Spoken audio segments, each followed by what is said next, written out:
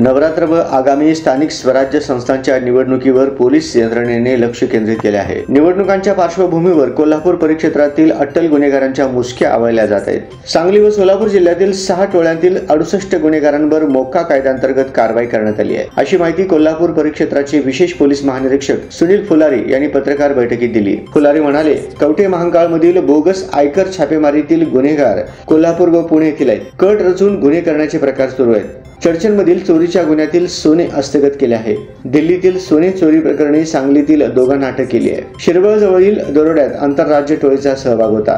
या घटना पाहता अनेक गुन्हेगार पहिल्यांदाच पोलीस रेकॉर्डवर आले आहेत। जिल्ह्यातील गुन्हेगार बाहेरील जिल्ह्यात जाऊन गुन्हा करत आहेत। अट्टल गुन्हेगारांच्या टोळी विरोधात पोलिसांनी कडक भूमिका घेतली आहे। आतापर्यंत 68 जणांवर मोक्का लावला असून काही प्रस्ताव प्रलंबित आहेत। पिस्तूल बाळगल्याचे 15 गुन्हे दाखल आहेत। त्यात मध्य प्रदेशमधून पिस्तूलची तस्करी होत असल्याचे समोर आले। काही तस्करांनी मुख्य सूत्रधाराचे नाव सांगितले, पण ते मृत आहेत। आर्म ऍक्टच्या गुन्ह्यात कडक कारवाई करण्यात येत आहे।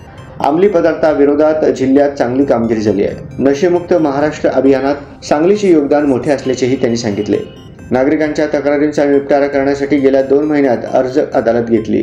दर शनिवारी पोलीस ठाण्यात तक्रार निवारण दिन होत आहे। गेल्या 1 वर्षापासून पोलिसांकडे प्रलंबित असलेले तक्रार अर्ज निकाली काढण्यात आले। जवळपास 90% तक्रारींचा निपटारा केला आहे। भविष्यात नागरिकांना अर्जावरील कारवाईची माहिती मेसेजद्वारे देण्याचा प्रयत्न करणार आहोत, असे फुलारी यांनी सांगितले।